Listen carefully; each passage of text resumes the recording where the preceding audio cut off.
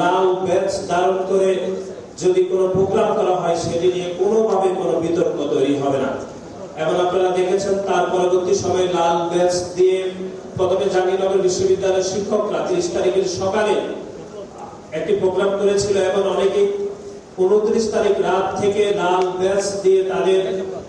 মাথায় বেঁধে মুখ বেঁধে অনেকে ছবি পোস্ট করেছিল, কিন্তু অপেক্ষাকৃত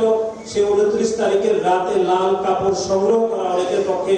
কঠিন এবং কষ্টসাধ্য ছিল। সেজন্য আমাদের এক ধরনের পরামর্শ ছিল আলাপ আলোচনার মাধ্যমে, যাদের লাল কাপড় বেঁধে প্রোগ্রাম করা অথবা লাল কাপড় বেঁধে ছবি পোস্ট করা যদি অনেক কষ্টসাধ্য হয়, তাহলে অন্তত প্রোফাইল লাল করে দেওয়ার যে একটি ধারণা, সেই মিটিং থেকে আলাপ আলোচনা হয়েছিল। সুতরাং এই অংশীদার আমাদের দলের ভারপ্রাপ্ত চেয়ারম্যান জনাব তারেক রহমান এবং আমাদের স্থায়ী কমিটির অন্যতম সদস্য সালাউদ্দিন ভাই সহ আমাদের যারা সমন্বয়কের দায়িত্ব ছিল, বিশেষ করে সে সময় যাদের সাথে আমরা আলোচনা করেছিলাম, আব্দুল কাদের, মাহিম সরকার, বিপাত রশিদ এবং হান্নান সহ আরো অনেকেই এই আলোচনায় অংশগ্রহণ করেছিল। আমরা সকলে এই অংশীদার হিসাবে আমাদের স্থায়ী কমিটির অন্যতম সদস্য জনাব সালাউদ্দিন ভাই আমাদের সেই অংশীদারিত্বে তিনি অংশগ্রহণ করেছেন।